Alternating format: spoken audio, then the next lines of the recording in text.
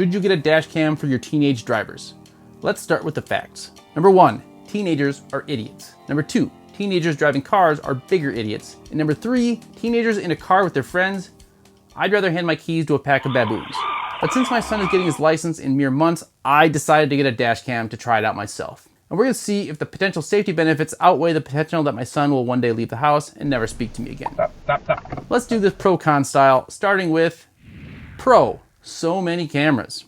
For my dash cam, I got the Vantrue Nexus 5, which despite its name, actually has 4 cameras. 2 inside the car and 2 facing out, 1 in the front, 1 in the rear.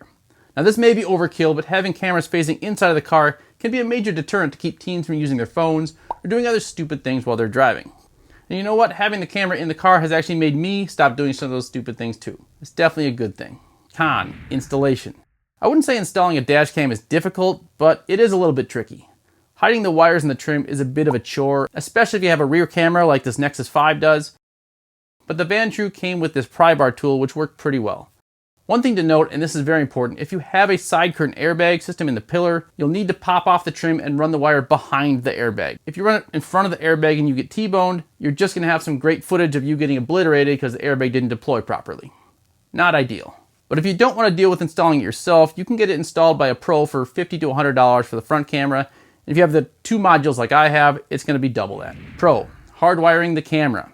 If you hardwire your dash cam into your fuse box like I did using the optional Vantrue hardwiring kit, the camera will automatically turn on when the car starts, and you don't have to worry about plugging anything in or charging a battery or anything else like that. Plus, hardwiring enables a parking mode that can activate the camera using motion sensors if someone bangs into your car or breaks in while it's parked. Of course, if someone breaks into your car and steals the dash cam, that kind of defeats the whole purpose, but what are the odds of that? Don't answer that. Yes, hardwiring the dash cam is a bit more complicated and you'll need a multimeter to make it happen, but there are some really good installation videos on YouTube to help you out. If you don't want to hardwire your dash cam, it does include a plug for the cigarette lighter. Now this works just fine, but you can't use parking mode using the cigarette lighter, and obviously the camera is going to turn off if you need to use a cigarette lighter to, light your cigarettes. Now, honestly, I'm not worried about my son smoking cigarettes. I don't think kids really even smoke cigarettes anymore, which is great. Who's going to smoke a cigarette when it's cheaper and easier to just shoot up heroin? Con, visibility. No matter where you put the dash cam, it's going to impede your visibility to some degree. The Vantrue manual suggests putting it right here next to the rear view mirror, which is basically right in my field of vision. It seems kind of silly. So I tucked it up as high as I could and far enough to the right so that the visor is not going to block the interior camera. Also, the default is for the screen to be on all the time, which is completely unnecessary, and it's actually quite distracting. So make sure you set the monitor to turn off automatically, especially if you have your teenager driving, because if you put a screen in front of a teenage kid, they're not going to be able to focus on anything else. Now, I do appreciate that this Vantrue camera has a relatively thin profile so that it can be tucked away up here, like I said, and out of the way. Pro, video evidence.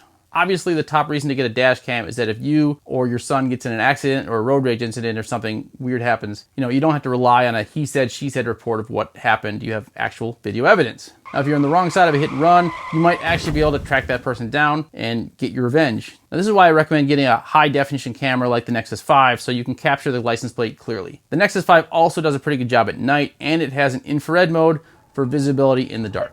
If there is an insurance claim or you have to get the police involved, the more evidence you have in your favor, obviously the better. Now, it's easy to access the videos and download them to your phone using the Vantrue app, but if there is something you want saved, remember to do it right away because the dash cam records in loops. So if you wait too long, the dash cam may record over it because it's always deleting the oldest files to make room for the new ones. Make sure you download it before that happens. Now, when I send my son out driving for himself in a few months, I do feel like having this camera will give me a lot of peace of mind, knowing that if he gets in an accident or something, we're going to be able to see what really happened. This is actually something I wish I had when I was a kid, honestly, because I got in an accident when I was 16, and at that age, everyone just kind of assumes it's the stupid kid's fault, right? He's been driving for 2 months. But if I had a dash cam, I would have been able to prove that it was not my fault. I was not the negligent driver. I was just a bad driver who got hit by another negligent driver. Con, video evidence.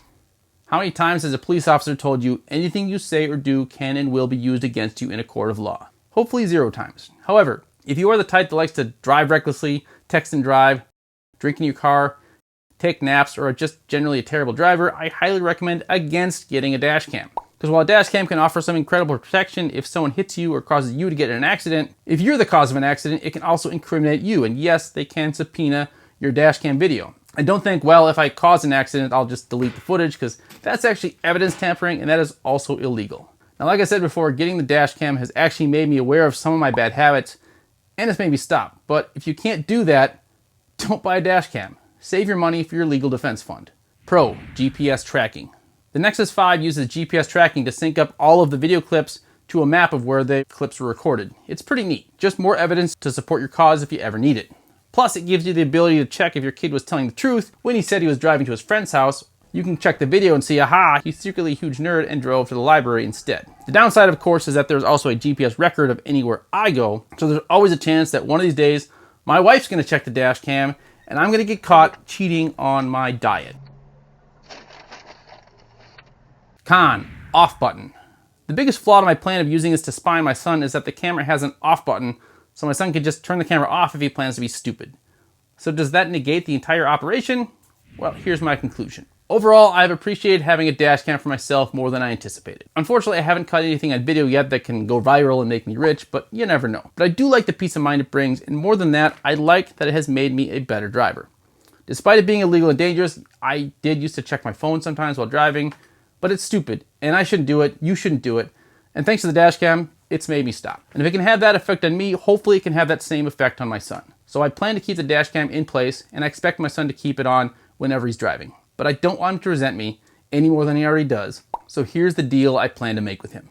As long as you drive my car and on my insurance, the dash cam is to remain on at all times. And if I catch you driving without the dash cam, you're gonna lose those privileges. But I don't want to be spying on you, so I promise I'm not gonna check the dash cam footage unless you give me a reason to check the footage.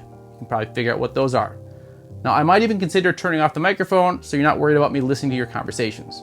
And in fairness, I will not hide my dash cam footage from you. You can check that anytime. Oh, and one more thing. Someday you may meet a girl, and the two of you may want to drive my car to a nice quiet place for some alone time some night. Well, if you do, for the love of God, remember to turn the car off when you park. We don't need any of that on tape. And you, for the love of God, should buy the Nexus 5 dash cam using my affiliate link down below. Or don't, and then watch this channel wither and die. It's up to you. If you want to hear more about dash cams, check out our interview with Lifehackster. It's on our new podcast channel. You can click on the link right here. And until next time, thanks for watching.